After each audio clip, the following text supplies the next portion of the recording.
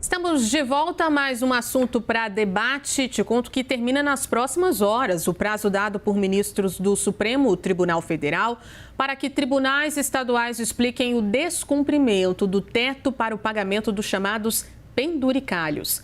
A maioria dos tribunais de justiça continua encontrando formas de contornar a decisão que restringiu o pagamento desses valores. Dados disponíveis no portal de remuneração da magistratura mostram que as verbas permitidas por lei estão sendo pagas sem respeitar o limite de 35% do teto definido pelo STF. E dessa forma, há salários que chegam a quase R$ 1 milhão. Vamos voltar ao debate. Ana Amélia, o STF consegue conter os super salários? Já teve decisão, definição, mas tem tribunal contornando isso. Vou fazer uma brincadeira, minha cara Juliana. Eu mudo de nome se o Supremo conseguir fazer isso. Já disse aqui o Zé Eduardo riu muito quando eu falei um ditado espanhol que diz "Echa la ley, echa la trampa". Ora, esses penduricalhos, que são, na verdade, o nome são verbas indenizatórias, que servem para acumular um salário, em última análise, dos magistrados. Posso falar até que talvez um dos tribunais mais comedidos nisso seja o do meu estado, o Rio Grande do Sul.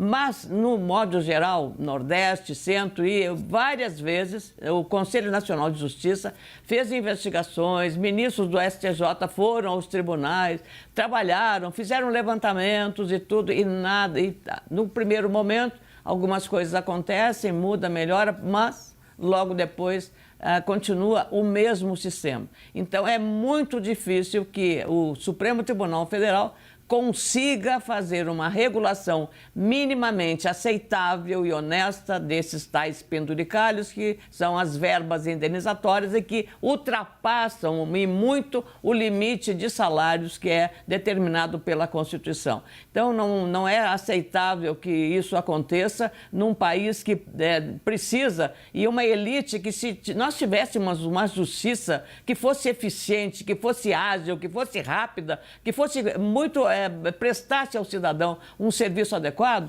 talvez até a sociedade não reclamasse tanto. Mas quando ela vê esses números de R$400 mil, R$1 milhão de indenização num mês para um determinado magistrado, num determinado estado, na justiça do estado, porque ainda você tem que considerar que tem a justiça dos tribunais superiores a realizar o trabalho. Então, se o serviço prestado pelo sistema judiciário brasileiro fosse adequado em qualidade, eficácia e eficiência, nós estaríamos até satisfeitos. Mas do jeito que está, além de cara, ela é ineficiente, ela é morosa e ela é contra o interesse da cidadania e do cidadão. Cardoso, o STF consegue conter super salários no Brasil? Olha, Juliana, eu acho que é uma questão de honra institucional colocada em jogo para o Supremo Tribunal Federal tomar as medidas cabíveis para manter aquilo que decidiu. Essa discussão não é nova. Ela vem desde a entrada em vigor da Constituição em 1988. A Constituição de 88 colocou um dispositivo, que é o inciso 11 do artigo 37, que colocou um limite remuneratório no Brasil e que ninguém poderia ganhar mais do que os ministros do Supremo Tribunal Federal. Colocou também lá subtetos ou certas situações. Mas a regra era clara. Isso trouxe muita comoção. Basta o telespectador e telespectadora da CNN olhar e verificar o número de emendas constitucionais que alterou a redação do artigo 37 e 11. Até que se encontrou a saída definitiva, o jeitinho definitivo para a burla, né, para a trampa, utilizando a linguagem da Ana Amélia, para aquilo que a lei dizia. Qual é? É justamente a questão indenizatória. Por quê? Porque como eu tenho um teto de remuneração, se passou a interpretar corretamente nesse aspecto, que aquilo que fosse devido em torno de um prejuízo pelo exercício funcional do magistrado e do membro do Ministério Público, teria que ser pago a mais. Então, aí começaram com esta válvula a criar adicionais, situações sempre indenizatórias, mas que não são indenização coisa nenhuma, claro. E aí começou-se a burlar este teto, e isto vem se arrastando há muito tempo, salários exorbitantes, inaceitáveis, Aqueles que devem defender a aplicação da lei constroem alternativas para burlá-la em proveito próprio, condenam pessoas que desviam dinheiro público, mas, ao mesmo tempo, tentam legalizar interpretações que garantem o desvio de dinheiro público para os seus bolsos pessoais. Isso é absolutamente inaceitável. O Supremo agiu muito bem ao tomar as decisões que cortavam isso e agora estão desafiando o Supremo Tribunal Federal.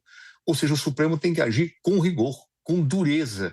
Me lembro da ex-presidenta Dilma Rousseff, quando muitas vezes na sua equipe chegava para nós, dizíamos, nós temos que pegar um caso para exemplar. O que ela diria exemplar? É para dar o exemplo. Então tem que pegar um tribunal que especificamente ultrajou a interpretação que o Supremo Tribunal Federal tem e mandar abrir processo contra os responsáveis do Conselho Nacional de Justiça, colocando inclusive a perda do cargo deste magistrado que está descumprindo ordem do Supremo Tribunal Federal ou cumprindo decisão do Supremo Tribunal Federal em proveito próprio. Situações desta natureza têm que ser tratadas com o máximo rigor. Mas virar algum, não, mas o magistrado ganha menos, não, mas eu tenho que repensar. Então vamos repensar, vamos mudar, vamos fazer. Agora, descumprir a Constituição, descumprir a interpretação que o Supremo Tribunal Federal dá enquanto guardião da Constituição àquilo que acontece, eu não posso aceitar e nós brasileiros e brasileiras não podemos concordar.